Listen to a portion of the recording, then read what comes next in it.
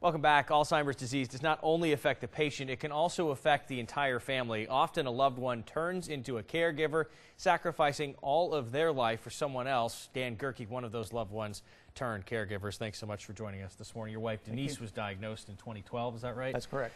What was that like? Let's start with what it was like for you. Were you with her when you found this out? Absolutely. What happened? We were right in there with the doctor, and it was a real kick in the gut. It was a shock. Especially given Denise's age. She was 56 at the time of the diagnosis. And that was one of the last things we were expecting. And actually, quite frankly, it was one of the last things the doctor was expecting. He really didn't expect it. What were some of the things they expected at that stage? He was looking into things like, were her medications, she was on some antidepressants at the time.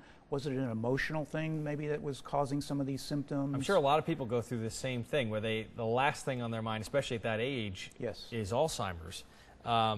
Okay, what were some of the symptoms she exhibited before that triggered you guys going to the doctor? Yeah, so for probably about 2 years prior to that diagnosis, we were experiencing a variety of things. And it wasn't really the forgetfulness that hit first.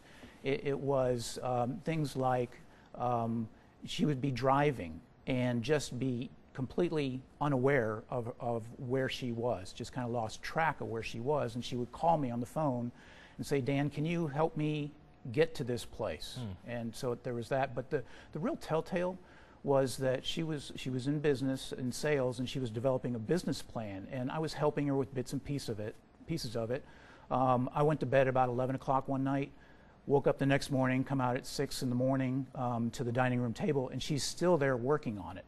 And I thought, my first thought was, and that wow. wasn't typical for her. That was not typical, yet my first thought was, wow, she's really dedicated. Right. Okay, and works hard. And then that repeated 2-3 times until finally, and when I went to bed at 11, I looked at where she was in her plan. That next morning when I came out, she was in the exact same place. And that's when the red flag went off and said, something's wrong. Okay, so you go and you have the conversations with your doctor. Obviously, at some point it leads to this diagnosis. How did she feel when she heard that? You know, she took it pretty well. All in all, she's a sharp person and doesn't tend to get emotional. And so she took it well. We had a very tough conversation afterwards about the disease and started planning what we wanted to do.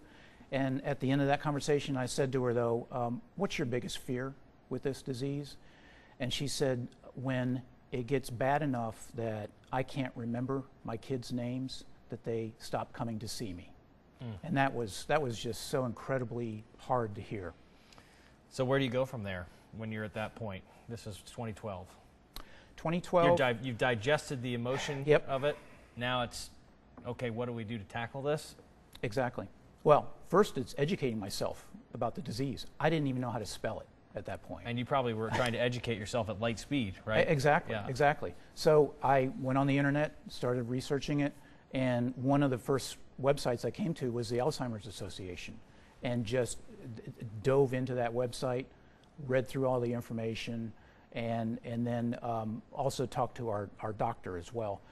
Denise is fabulous. She is an A personality and just goes and grabs something and runs with it.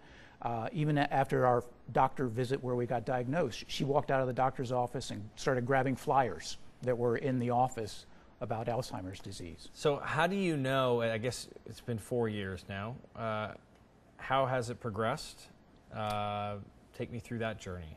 Yeah, that has been an incredibly rapid journey and incredibly difficult journey.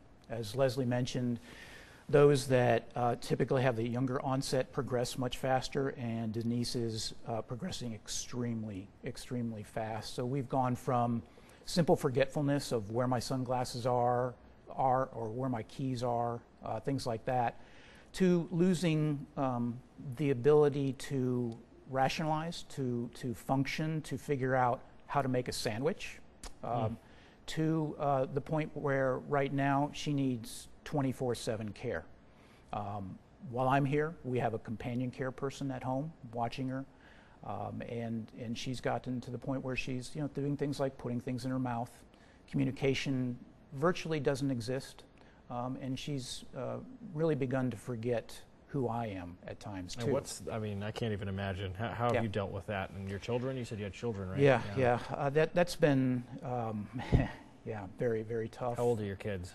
They're a couple in 30s and one in Okay. 28. Yeah, so they're older, and so that's been tough for us.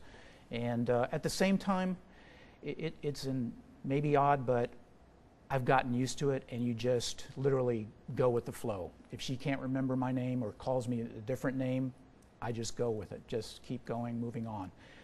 I did have to make the most difficult decision in my life a couple weeks ago, that it's time to place her in a memory care facility. So we will be moving her into that next week. Well, all our best to you and Denise and your children and friends and loved ones. And thanks for coming in and sharing this story. It's an important one because you guys aren't the only ones going through it. There's millions of other people dealing with this. So thank you so much for coming in this morning. Stay with us. When we come back, we will lighten the mood just a bit and talk about some fun events that will raise money to help fight the disease. That is on the other side.